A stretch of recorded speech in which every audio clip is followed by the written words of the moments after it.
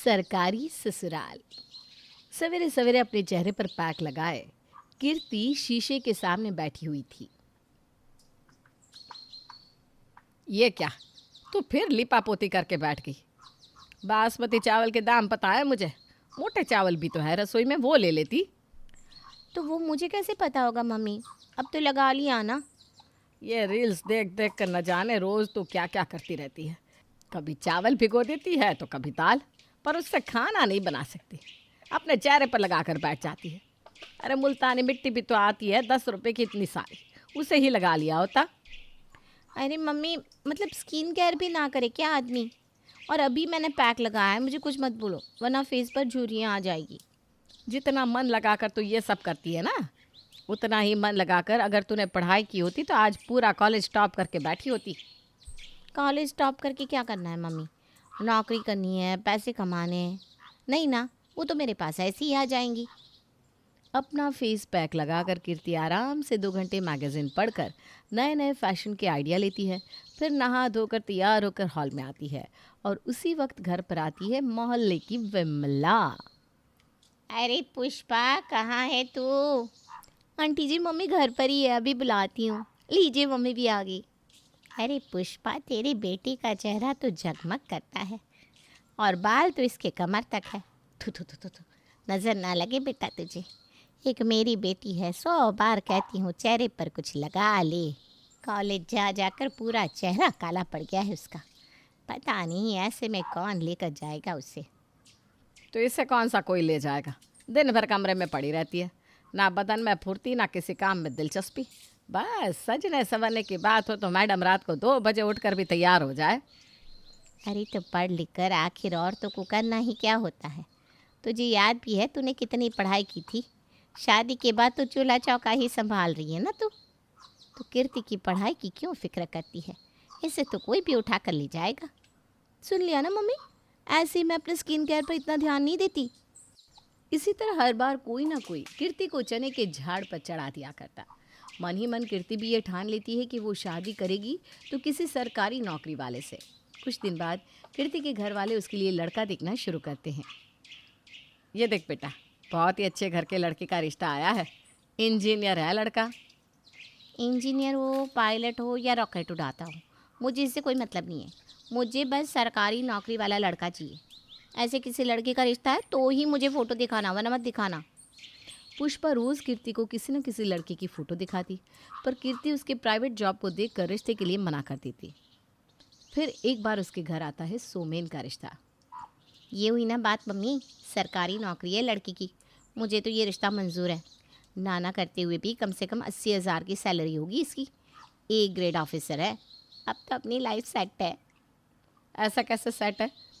कवारी लड़की के लिए तो 75-100 लड़कों की तस्वीर आती रहती है, तो क्या बिना घर परिवार देख के सरकारी नौकरी देखकर हाँ कर दे? मेरी किस्मत के आगे अड़चन क्यों बन रही हो मम्मी? सरकारी नौकरी वालों की क्या लाइफ होती है पता भी है तुम्हें? हर 7 साल में उसका ट्रांसफ़र होगा। कभी इस शहर में रहूँगी, कभी उस शहर में। ऊपर से रिटायरमेंट के बाद पेंशन, फ्यूचर की कोई टेंशन नहीं रहेगी। अब पापा को देख लो, कितनी प्रॉब्लम होती है। जो पैसे सेविंग करके रखे थे उसके इंटरेस्ट से हमारा घर चलता है। इससे अच्छा लड़का नहीं मिलने वाला तुम्हें। शादी की बात चला दो मम्मा। कीर्ति हाथ धोकर इस रिश्ते के पीछे पड़ जाती है। पुष्पा लड़के वालों से बात चलाती है और उन्हें तो कीर्ति पसंद आनी ही थी। 1 महीने के अंदर कीर्ति की शादी सोमेन से हो जाती है और शुक्ला परिवार की बहू बन के कीर्ति उनके घर आ जाती है। बस 2 दिन की बात है, फिर जहाँ सुमेन रहते हैं वहाँ मैं चली जाऊँगी। फिर ना ससुराल में रहने की टेंशन, ना सास ससुर की सेवा की बात। खुद में क्या बात कर रही हो कीर्ति, ज़रा अपनी भाभी से भी बात कर लो। नहीं नहीं भाभी, वो इस घर को छोड़कर जाने का मेरा मन नहीं कर रहा। आखिरकार यही तो मेरा ससुराल है, पर क्या कर सकते हैं। इनकी सरकारी नौकरी है तो मुझे जाना तो पड़ेगा ही। ऐसी कोई बात नहीं कीर्ति, यहाँ तो प्राइवेट नौकरी वालों को भी अपना घर छोड़कर कहीं बाहर जाना ही पड़ता है। तुम्हारे भैया कौन से यहाँ रहते थे, शुरू से ही वो बाहर ही रहेंगे। अब जाकर उन्हें अपने शहर में नौकरी मिली है तो मैं अपने ससुराल आई। चल, अब ये सारी बातें बाद में करेंगे, पहले तू अपनी पहली रसोई की तैयारी कर ले, वरना मम्मी जी नाराज़ हो जाएंगी ना। पर भाभी, मुझे तो चाय के अलावा कुछ भी बनाना नहीं आता। मतलब वो रोके कि वक्त का खाना तुमने नहीं बनाया था? चलो कोई बात नहीं, तुम सब्जियां काटो, खाना मैं बना लेती हूँ। और नई बहू की पहली रसोई में उसके बदले खाना उसकी जिठानी बनाती है। बने बनाए खाने को बाहर ले जाकर कीर्ति सभी को परोस देती है। खाना कैसा लगा मम्मी जी? खाना तो बहुत अच्छा बनाया है बहू तूने। मैं तो हैरान हूँ, बिल्कुल जैसा सबको पसंद है वैसा ही स्वाद है खाने का। ऐसे कैसे तूने इतना सही अंदाज़ा लगा लिया बेटा? वो क्या है ना मम्मी जी, मैंने कीर्ति को बता दिया था कि घर में किसे क्या और कितना पसंद है। बहुत अच्छा किया बड़ी बहू तूने कि कीर्ति को साफ समझा दिया। अब हमें दिक्कत नहीं होगी। अब आपको दिक्कत कैसे नहीं होगी?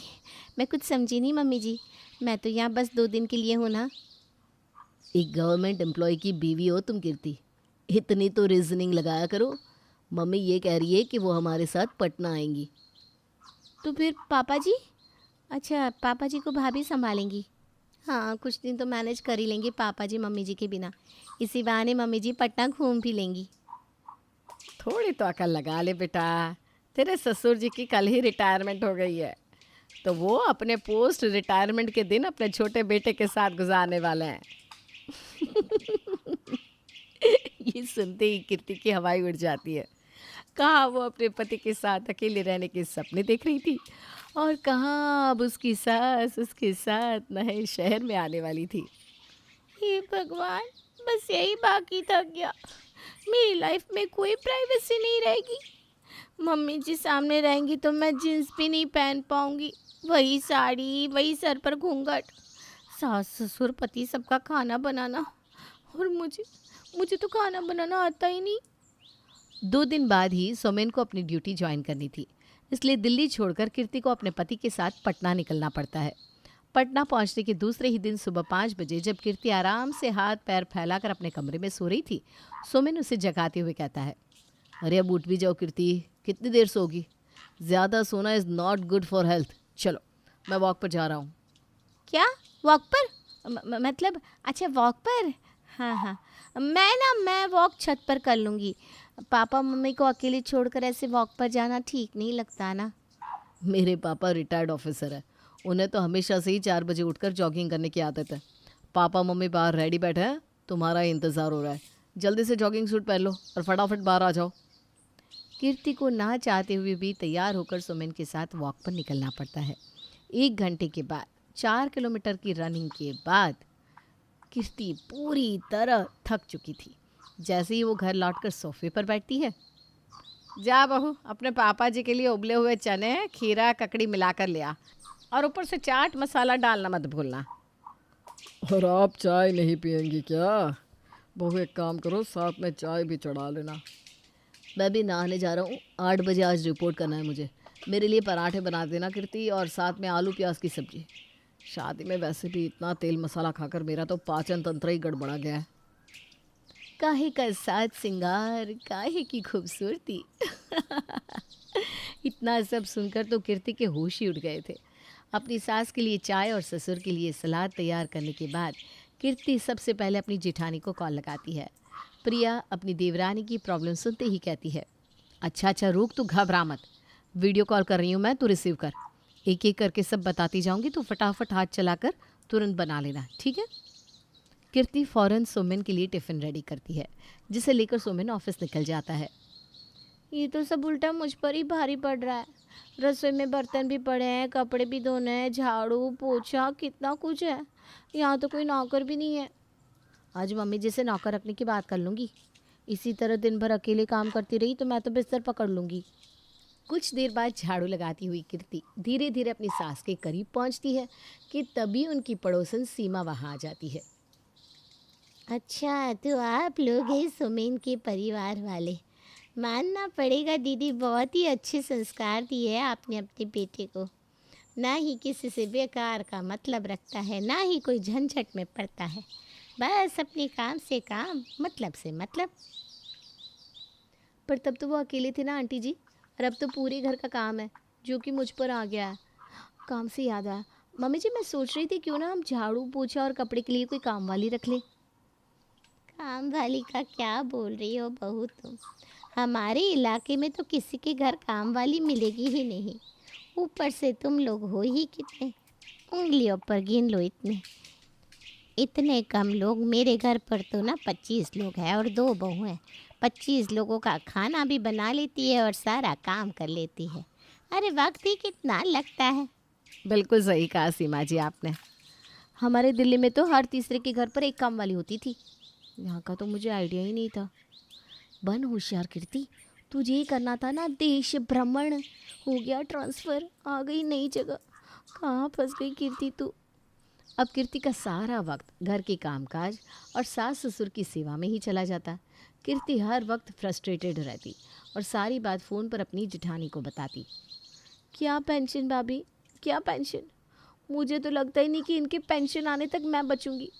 इतना भी मत पीसो इंसान को कि इंसान बचे ही ना। ऐसी कोई बात नहीं है कीर्ति, तो ज़्यादा ही नेगेटिव सोच रही है। सबका यही हाल है। अच्छा अच्छा भाभी, सुमिन आ गया, मैं फ़ोन रखती हूँ। सुमिन सरकारी नौकरी में था, इसलिए 5 से 6 बजते बजते अपने घर वापस लौट आता था। सुमिन को चाय नाश्ता देकर कीर्ति थोड़ी देर फ़ोन चलाने बैठ जाती है। मूढ़ी खाने का बड़ा मन कर रहा है, झाड़ मूढ़ी बनाओ ना कीर्ति। कीर्ति फ़ौरन झाल मूढ़ी बनाकर सुमिन को देती है। मूढ़ी खाकर सुमिन पूरे घर में इधर उधर चक्कर लगाना शुरू कर देता है। ओहो, ये बताओ, ये सफाई हो रही है हैं कीर्ति? सोफे के नीचे देखो तो कितनी गंदगी है। इतना पैसा लगाकर इसलिए सोफ़ा लेकर आया था क्या मैं? सोफ़ा कवर देखो, ये पिछले हफ्ते जो पापा जी से चाय गिरी थी उसके दाग भी अभी तक वैसे के वैसे ही है।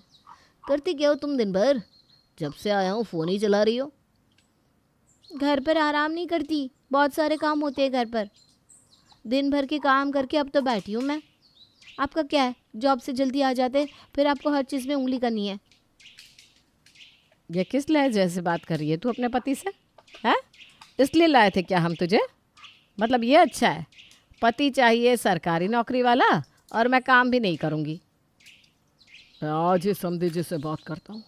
ये कौन सी बात हुई? मेरे बेटे की सरकारी नौकरी है, ले आया वो सुंदर लड़की तो क्या मूर्ति बना कर रखेगा? लड़की कमा नहीं रही है तो कम से कम घर के काम तो करे। नहीं नहीं पापा जी, मेरी गलती हो गई। प्लीज़ आप पापा से कुछ मत कहिएगा। वैसे भी सरकारी नौकरी वाले लड़के से शादी करने की जिद तो मेरी थी, इसमें उनकी क्या गलती। कीर्ति इस बात को अब समझ चुकी थी कि लड़के की सरकारी नौकरी होने से कुछ नहीं होता, उसका आपके साथ व्यवहार और संबंध कैसा है यही ज़्यादा मैटर रखता है। अपना दुखड़ा रोने के लिए कीर्ति अपनी माँ को फ़ोन भी नहीं कर सकती थी, क्योंकि अपने घर वालों के अगेंस्ट जाकर उसने इस रिश्ते के लिए हाँ किया था। सरकारी नौकरी वाले पति से शादी करके कीर्ति तो परेशान थी ही, पर वहाँ प्राइवेट नौकरी वाले करण के साथ शादी करने के बाद भी प्रिया के हालात कोई अच्छे नहीं थे। रात का 1 बज रहा है, अभी तक ये घर नहीं आया।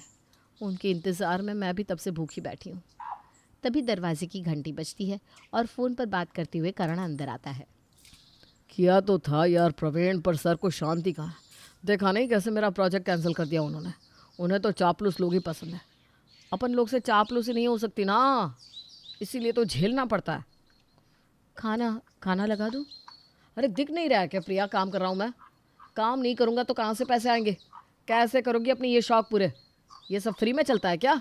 नहीं खाना मुझे खाना, मैंने कैंटीन में खा लिया है। ये कहकर अपना लैपटॉप उठाकर करण कमरे में जाकर काम करना शुरू कर देता है। अगली सुबह 2 मिनट बैठ भी जाइए, एक ही घर में रहते हैं हम, फिर भी 3 दिनों से हमारी बात नहीं हुई। क्या बात करूं प्रिया, ये बॉस जान खाता रहता है। ऐसा नहीं है कि मेरा मन नहीं होता है कि घर पर बैठकर आराम करूं। अरे तुम देखती हो ना कितना प्रेशर है मेरे पर। कोई सरकारी नौकरी नहीं है मेरी कि कोई टेंशन ना रहे, प्राइवेट नौकरी है। बॉस ने जब चाहा निकाल दिया, फिर महीने महीने भटकते रहो नौकरी के लिए। ये कहकर बिना टिफ़िन लिए ही करण ऑफिस के लिए निकल जाता है। पहले इनकी नौकरी के चक्कर में बाहर थी, अब ससुराल आई तो सास ससुर नहीं है, दिन भर अकेले बैठे रहो। अब अकेले नाश्ता क्या ही खाऊंगी, ब्रेड खा लेती हूँ। खुद ही खुद में प्रिया ये बातें कर रही थी कि फिर उसे उसकी प्यारी देवरानी का फ़ोन आता है। इस बार रोते हुए देवरानी जिठानी को कॉल करती है और सारी बात बताती है कि किस तरह उसका सपना था एक सरकारी नौकरी वाले लड़के से शादी करने का और कैसे सब बिखर गया। तब प्रिया कहती है, बहुत बड़ी गलती की तूने कीर्ति, बहुत बड़ी। मेरी तो शादी मेरी मर्जी के खिलाफ करवाई गई थी, पर तू तो पढ़ी लिखी थी, तुझे तो मौका दिया गया था लड़का चुनने का। ये कौन सी बात हुई कि जिस लड़के की सरकारी नौकरी है उस लड़के से शादी करूंगी? कर ली शादी, देख लिया सुख। सरकारी नौकरी ही संपूर्ण होने का प्रूफ होता तो फिर तो दूसरे जॉब में नौकरी करने वाले लड़कों की कभी शादी नहीं होती। बिल्कुल सही कहा भाभी। उससे अच्छा तो मैं किसी कॉरपोरेट में काम करने वाले लड़के से शादी कर लेती। इस तरह अपना कानून तो मुझ पर नहीं चलाता। दिन भर मैं काम में बिजी रहती हूँ। ये 5 बजे आते हैं और मेरे सर पर नाचने लगते हैं। शादी के बाद हनीमून पर भी नहीं भेजा गया मुझे।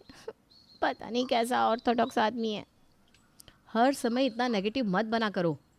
देखो मेरी शादी हुई है प्राइवेट जॉब वाले से, पूछो मुझसे क्या एंजॉयमेंट होती है। शादी के बाद जब एक ही कमरे में रहने के बाद आप अपने पति से बात ही ना कर पाए। हनीमून पर तो मैं भी नहीं गई थी क्योंकि छुट्टी नहीं मिली थी तुम्हारे भैया को। हमारे फेरे के वक्त भी ये फ़ोन पर बात कर रहे थे। कुछ सही नहीं चलता हमारे बीच। तुम वहाँ खाना बनाना नहीं चाहती और यहाँ मैं खाना बनाना चाहती हूँ तो खाने वाला कोई नहीं है। वहाँ तुम्हारा पति समय से पहले घर आ जाता है पर तुम्हें इस बात से प्रॉब्लम है कि वो घर की सफाई कितनी है ये चेक करता है। और यहाँ मैं घर साफ़ करती हूँ तो घर साफ़ है या गंदा इससे किसी को कोई मतलब ही नहीं है क्योंकि घर पर कोई होता ही नहीं है। ये नौकरी वोकरी से ना कुछ नहीं होता। नौकरी पैसे देखकर तो शादी कभी नहीं करनी चाहिए। शादी इंसान से होती है जो तुम्हें खुश रखे। शादी करनी है तो ऐसे इंसान से करो जो तुम्हें बहुत प्यार करे। कम पैसे में भी ज़िंदगी चलती है पर कम प्यार से नहीं चल सकती। प्रिया की बात कीर्ति समझ जाती है और इसे इस बात का बहुत अफसोस होता है कि उसने अपने माँ बाप की ना सुनकर लड़के के बारे में जांच पड़ताल तक नहीं की। अगर जांच पड़ताल हुई होती तो उसे पता चलता कि सोमेन कैसा लड़का है, उसके साथ कीर्ति की नभेगी या नहीं। पर कीर्ति ने तो सब कुछ छोड़कर बस किसी सरकारी नौकरी के लड़के की तलाश में खुद की खूबसूरती पर ही ध्यान देना चाहा, जिसके कारण ना खुद काबिल बन सकी और ना ही लड़का मनपसंद का मिल पाया। अब क्या करे भाभी? क्या करे, जो मिला है उसी के साथ ज़िंदगी निभाओ।